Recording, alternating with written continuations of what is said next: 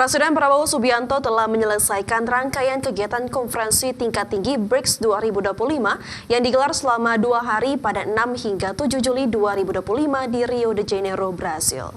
Sekretaris Kabinet Teddy Indrawijaya menekankan bahwa kehadiran Presiden Prabowo Subianto dalam forum ini menandai partisipasi resmi Indonesia untuk pertama kalinya sebagai anggota penuh BRICS yang menjadi sejarah baru bagi diplomasi di Indonesia.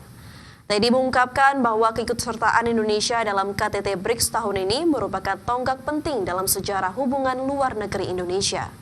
Seperti diketahui pemirsa, keanggotaan BRICS yang sebelumnya ada 5 negara, kini telah berkembang dengan Indonesia sebagai anggota resmi ke-10 BRICS.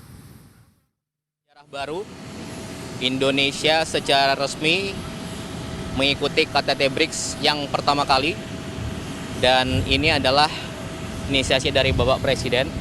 Kemudian di tahun yang sama kita diterima, kemudian seluruh negara anggota BRICS dukung, support, dan akhirnya di tahun yang sama juga kita resmi menjadi anggota penuh BRICS.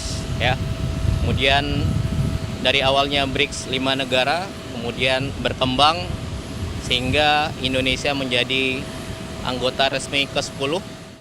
Ya, masih seputar BRICS, pemirsa, di mana Wakil Menteri Luar Negeri Armanata Nasir mengungkapkan Presiden Prabowo Subianto mengajak negara-negara BRICS untuk memperkuat kolaborasi dalam menghadapi krisis iklim, terutama melalui percepatan transisi menuju energi bersih guna mengatasi dampak nyata yang juga dirasakan Indonesia. Ya, Wamenlu menyampaikan bahwa Indonesia berkomitmen untuk turut serta dalam memerangi perubahan iklim tersebut.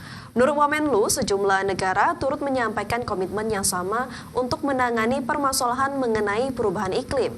Selain isu iklim dan lingkungan, Wamenlu menyampaikan Presiden Prabowo menyatakan dukungan terhadap Organisasi Kesehatan Dunia dalam menangani isu kesehatan global. Mengenai lingkungan hidup dan mengenai global health, mengenai kesehatan.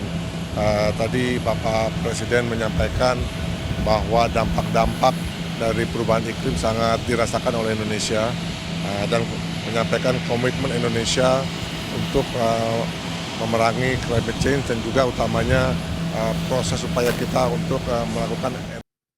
Komisi 11 DPR RI menyepakati proyeksi defisit RAPBN 2026 sebesar 2,48% hingga 2,53% terhadap produk domestik bruto.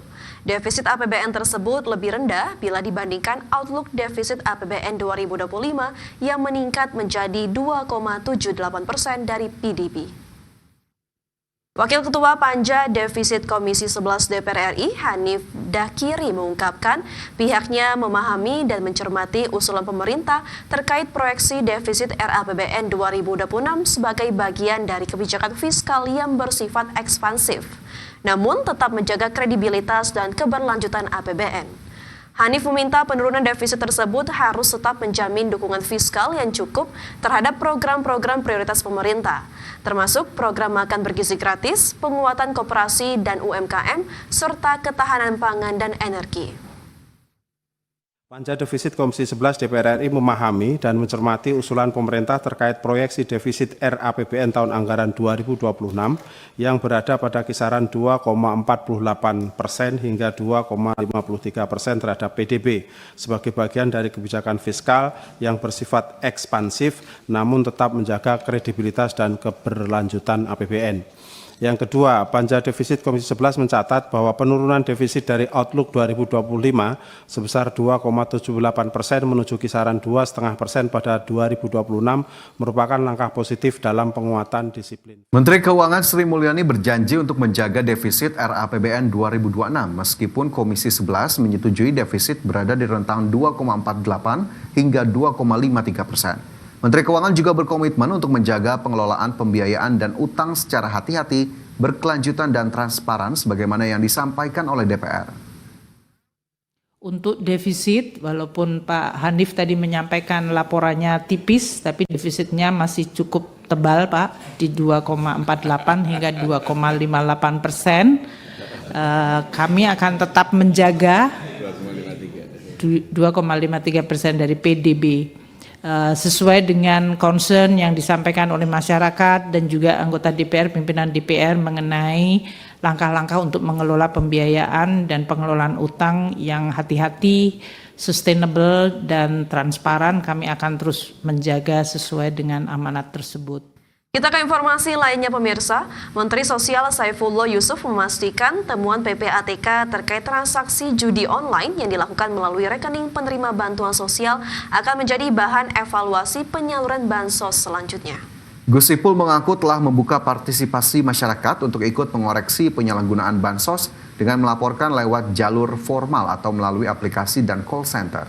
Nantinya pihak kementerian akan mengecek ke lapangan berdasarkan laporan tersebut, sekaligus untuk mengolah, memverifikasi, dan memvalidasi data. Mensos memastikan jika penerima bansos menyalahgunakan bantuan tersebut, maka akan diblokir atau diganti dengan penerima lainnya. Seperti diketahui, PPATK mencatat 7,5 juta kali transaksi judi online dilakukan melalui rekening penerima bantuan sosial. Nominalnya mencapai hampir 1 triliun rupiah.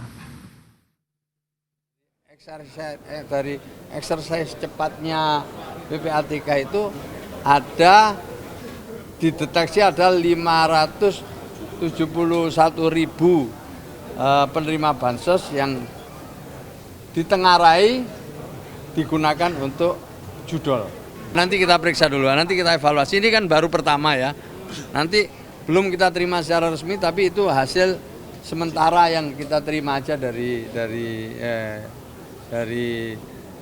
Komisi 11 DPR RI menaikkan target penerimaan kepabeanan dan cukai dalam RAPBN 2026 menjadi kisaran 1,18% hingga 1,3%. Peningkatan target tersebut dikarenakan adanya ekstensifikasi penambahan objek cukai baru serta perluasan basis penerimaan bea keluar untuk batu bara dan emas.